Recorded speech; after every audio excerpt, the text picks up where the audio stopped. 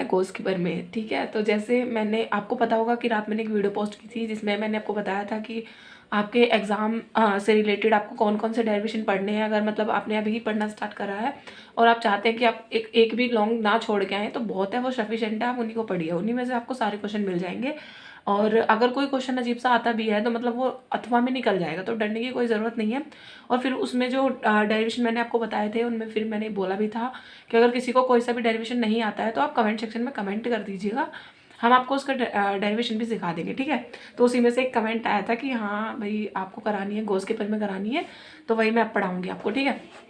बहुत आसान लैंग्वेज में बताऊँगी और बहुत ईजी मेथड है, ठीक है। तो देखिए गॉस की पर में, ठीक है। सबसे पहले तो अगर छोटी सी आती है, सपोज करो 1 या 2 नंबर में आती है, तो सिर्फ आपको इसकी जो लैंग्वेज है वही लिख के आनी है, और लैंग्वेज बिल्कुल ठीक लिखनी है, मतलब जैसी लिखी हुई है और जैसे मैं बताऊंगी वैसी ही लिखनी है, तभी आपको पूरे नंबर मिलेंगे। और अगर प्रूव आता है तो मैं प्रूव भी सिखाऊंगी आपको, प्रूव बहुत आसान है, आप प्रूव करके आइएगा, ठीक है। अगर सिर्फ ऐसी आती है कि गॉस की पर में से आप क्या समझते हैं, तो बहुत आसान है। सपोज करो आपके पास कोई ये बंद पृष्ठ है, किसी बंद पृष्ठ से जो भी आपका विद्युत फ्लक्स गुजरता है, विद्युत फ्लक्स को बोलते हैं फाई, ठीक है। जितना भी विद्युत फ्लक्स गुजरता है इस पृष्ठ पे जितना आवेश होता है ना टोटल, सपोज करो क्यों आवेश है, क्यों का 1/एप्सिलॉन नॉट गुना होता है, ठीक है। तो आपको यही प्रूव करना है कि जो आपको फाई ई है वो क्यों अपॉन एप्सिलॉन नॉट है, ठीक है। ये अब आपको लिखना भी है एक नंबर में। अब देखो कैसे लिखेंगे, किसी बंद पृष्ठ से, ये बंद पृष्ठ है, लिखेंगे किसी बंद पृष्ठ से, बंद पृष्ठ से होकर गुजरने वाला विद्युत फ्लक्स फाई ई उस पृष्ठ द्वारा घिरे, है ना, उस पृष्ठ घिरे कुल आवेश का 1/एप्सिलॉन नॉट गुना होता है।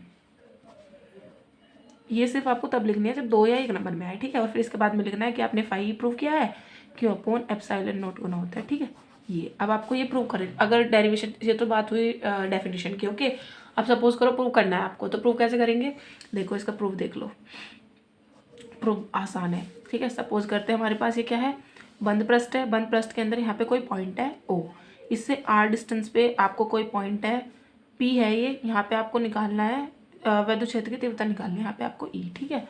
और ये हो गया, आपको ऐसे करेंगे इसको, यहाँ पे ये जो अल्पांश, इसे शो किया है आपने अल्पांश भाग को, अल्पांश भाग का क्षेत्रफल है डेल ए, ठीक है। और यहाँ पे क्यों आवेश रखा हुआ है, तो किसी बिंदु आवेश के कारण, किसी बिंदु पर अगर आपको विद्युत क्षेत्र की तीव्रता निकालनी हो, तो आप जानते हैं किसी बिंदु आवेश के कारण ई का फॉर्मूला कितना होता है, बिंदु आवेश के कारण विद्युत क्षेत्र की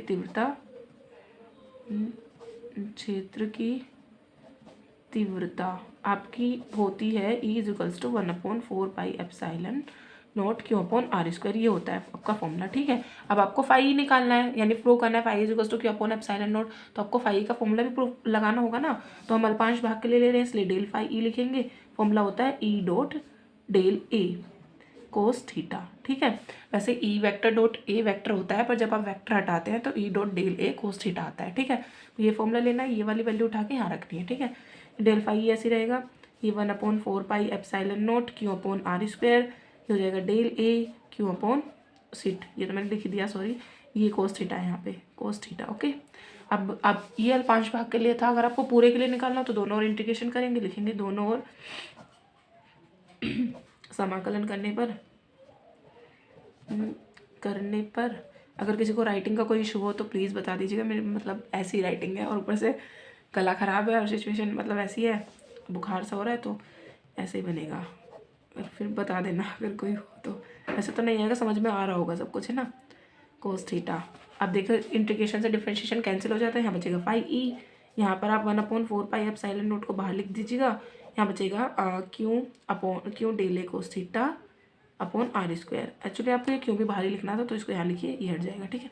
अब देखिए del A cos theta upon are square बचा, इसकी जो वैल्यू होती है वो होती है डेल ओमेगा, तो लिखेंगे हम जानते हैं, या फिर चूंकि del A cos theta upon are square equal होता है डेल ओमेगा के, ठीक है। यहाँ पे उठा के रखनी है आपको बस ये वैल्यू, फाई ई हो जाएगा इक्वल टू कितना 1/4πε0 क्यों ऐसे ही रहेगा, ये डेल ओमेगा हो जाएगा। अब देखो अगर इतना करने के बाद आपको फिर यहाँ देखना है क्यू अपॉन एप्सिलॉन नॉट चाहिए। अगर वैल्यू याद नहीं रहती तब की बता रही हूँ, वैसे तो याद हो जाएगा एक बार प्रैक्टिस करोगे तो।